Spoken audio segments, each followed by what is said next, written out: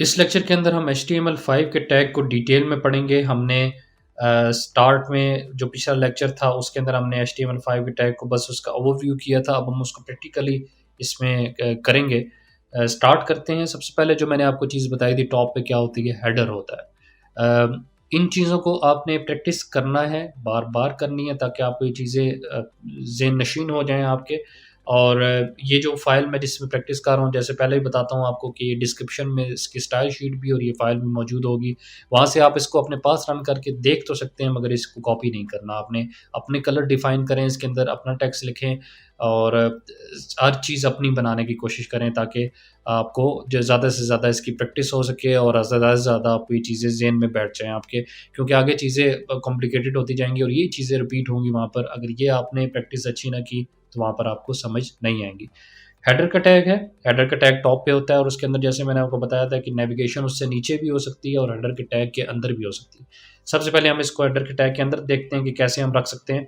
Navigation का जो tag tag होता है इसको हम नेव से डिनोट करते हैं।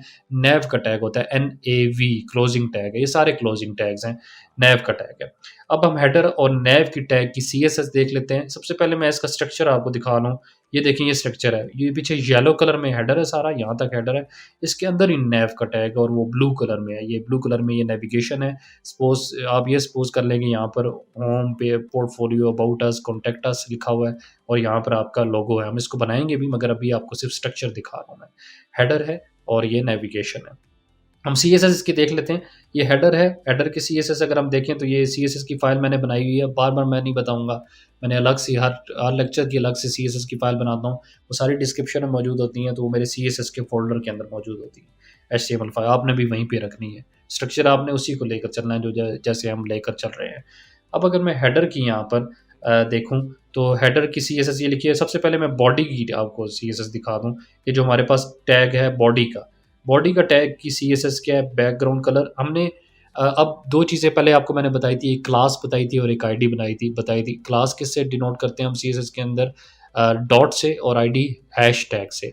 अब जब आप सिर्फ़ एक टैग का नाम लिख रहे होते हैं ना, फॉर एग्ज़ाम्पल बॉडी एक टैग का नाम है, तो आपको उसके पीछे डॉट या हैश डालने की ज़रूरत नहीं होती, सिर्फ़ उसका नाम लिखते हैं, तो उसकी CSS उस टैग के ऊपर लग जाती है। HTML को ये पता होता है कि ये टैग मेरे पास मौजूद है। मुझे इसकी ना तो क्लास की ज़रूरत है, ना तो आईडी की मुझे ज़रूरत है।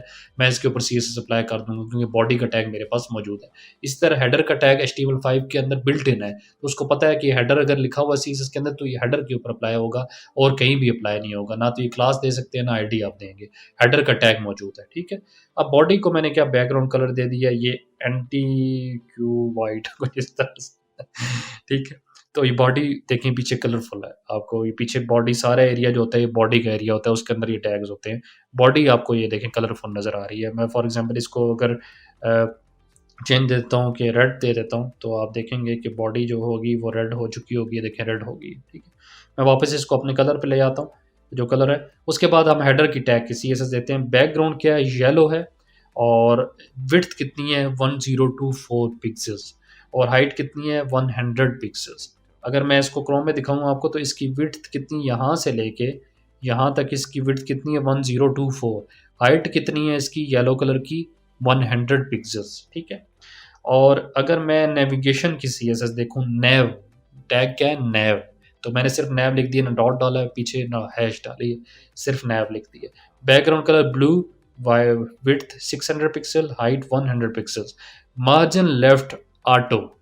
मैंने नेव एक पूरा टैग है, तो टैग इसको समझ लें कि HTML4 तक मैंने आपको जैसे बताया था कि डिव चलता रहा है, तो नेव को अगर आप डिव ही समझ लें तो डिव का आउटसाइड हमने देना है।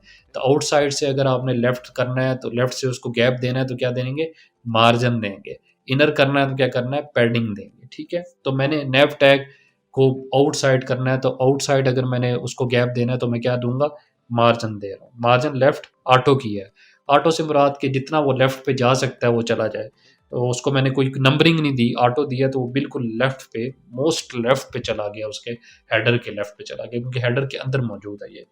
डिव के अंदर एक और डिव है, समझ लें कि जो हमने डिव पढ़ा था, डिव के अंदर एक और डिव, जैसे डिव 1 और डिव 3 पढ़ा था हमने, इसी तरह ये डिव के अंदर एक और डिव है मगर इनके नाम है, एक हेडर है और एक नेविगेशन है। HTML5 की ये खूबसूरती है थोड़ी सी, ठीक है? सोर्स कोड में जाता हूँ, देखें हेडर और नेव।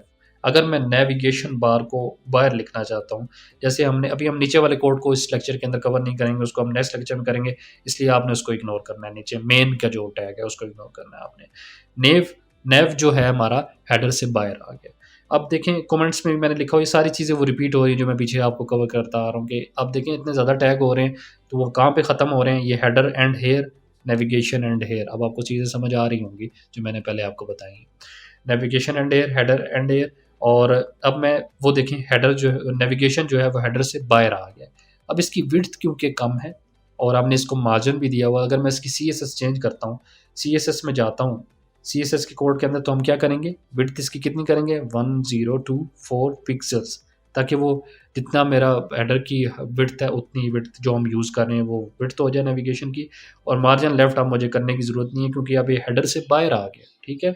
अब सोर्स कोड में जाके अगर मैं इसको सेव करता हूँ और रन करता हूँ तो देखें जो, और आपको बताया कि लाइव प्रीव्यू चल रहा होता है, जो चेंजिंग्स कर रहा हूँ वो क्रोम में खुद बहुत ही चेंजिंग्स हो रही हैं ड्रीम व्यूअर की वजह से। तो देखें अब हेडर नेविगेशन हेडर से बाहर आ गया है और एक उसने अपनी विड्थ हेडर जितनी कर ली है 1024, और मार्जिन लेफ्ट हमने हटा दिया क्योंकि अब वो बाहर आ चुका।